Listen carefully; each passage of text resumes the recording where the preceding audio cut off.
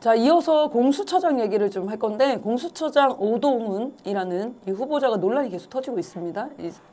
아직 이제 임명이 되진 않았는데 배우자를 법무법인 재직 시절에 운전기사로 고용했다는 거예요. 아, 저 이런 사례는 처음 보는 것 같아요.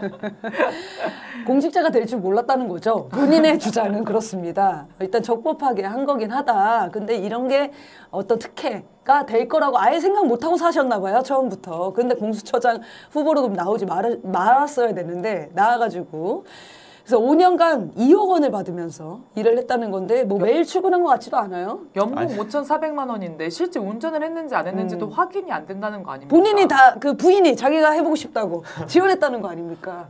이거 압수수색 해야 되죠. 아니 이거는 공수처장이 안 돼도 문제가 있는 거예요. 네. 그렇죠. 이게 특혜죠. 그리고 뭐 20살 딸한테 토지와 주택을 매매한 뭐 이거에 대한 문제도 있고요. 근데 오늘 이제 공수처장 이 오동훈이라는 사람 말고 이 얘기를 해보고 싶은데 공수처를 우리가 검찰개혁투쟁을 통해 가지고 만들어낸 성과였었잖아요. 근데 그때 당시에도 우려가 있었어요.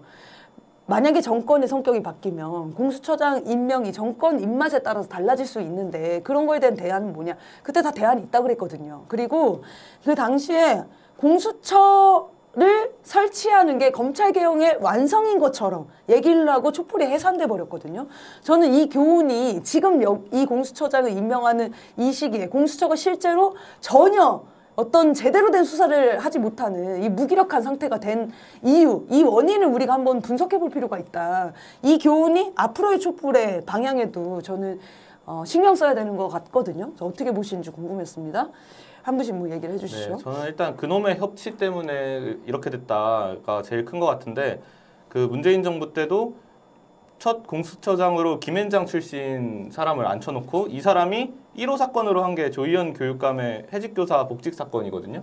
그거를 이제 뭐 특혜 채용이라고 하면서 수사를 했던 게 첫 1호 사건이었는데 이렇게 처음부터 눈치 보기 하면서 기계적 균형 맞추기 이런 거에만 신경 쓰다 보니까 공수처가 정말 이제 고위공직자들을 제대로 수사하는 기관으로서 자리매김한 게 아니라 애초에 처음부터 검찰과 크게 다를 것 없는 조직이 돼버린 게 문제인 것 같고 그래서 저는 정권 따라간다는 게 약간 어폐가 있는 게 어차피 이런 수사 조직은 다 보수 정권 따라가게 돼 있잖아요.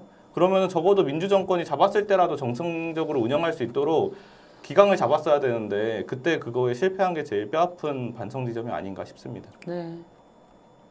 네, 저도 뭐 동의를 좀 하고요. 이 공수처가 만들어진 게 고위공직자들에 대한 수사를 더 강화하기 위해서 특화해서 만든 거 아니겠습니까?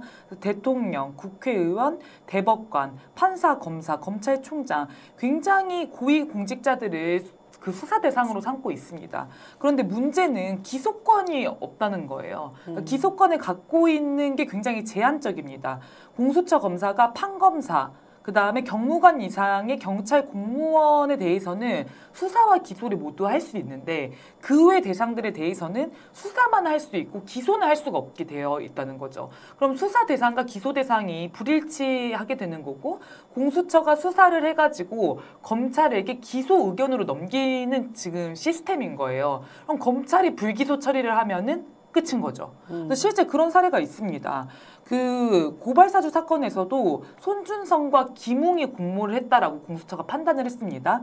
그래서 이것을 검찰에게 기소 의견을 줘가지고 넘겼는데 검찰이 김웅에 대해서 불기소 처분을 내렸습니다.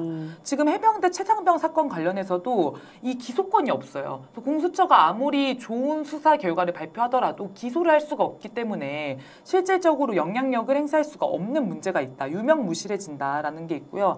또 하나 공수처 내부로 들어가 보면 인력 문제도 굉장히 심각하다라고 합니다.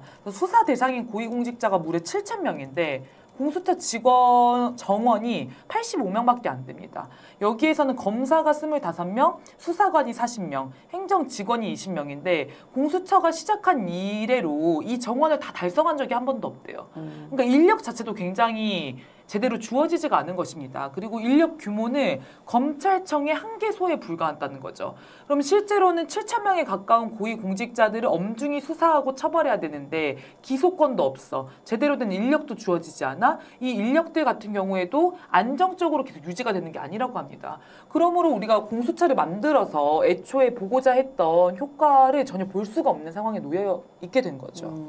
그러니까 그게 왜 그렇게 됐나라고 살펴보면은 진짜 타협의 결과였던 것 같아요. 그러니까 이 정도 해서 국민들한테 명분이라도 가질 수 있는 정도의 모습 이런 정도로 만들어 놓고 국민들을 좀 잠재우자. 그런 세력들과 협치했기 때문에 이렇게 되는 거라고 저는 보여지거든요. 검찰개혁의 결국에는 이제 모든 사법구조들의 국민들의 어떤 권력, 국민들의 주권을 더 많이 부여할 수 있는 형식으로 바뀌어야 되는 건데 계속 법적, 제도적인 그런 수정들만 있는다는 거예요. 그래서 그 당시에도 검찰개혁 투쟁의 핵심은 검찰 구조를 바꾸는 거였습니다. 검찰이 가지고 있는 무소불위의 권력을 나누고 분산시키고 국민이 계속 감시하고 견제할 수 있는 그런 권한을 높이는 그런 방향으로 나아갔어야 되는데 공수처 만들었으니까 자 촛불 해산 이랬었던 거거든요. 그 당시에도 윤석열이 퇴진해야 된다. 사퇴시켜야 된다. 그리고 촛불이 지금 멈추면 안 된다. 끝까지 주장해야 된다. 이런 거를 주장하는 국민들도 굉장히 많았었는데 당시에 그 촛불이 그렇게 좀 힘없이 해산이 되면서 이후에 검찰개혁 을 완수하는 데까지 힘을 받지 못했던 거죠.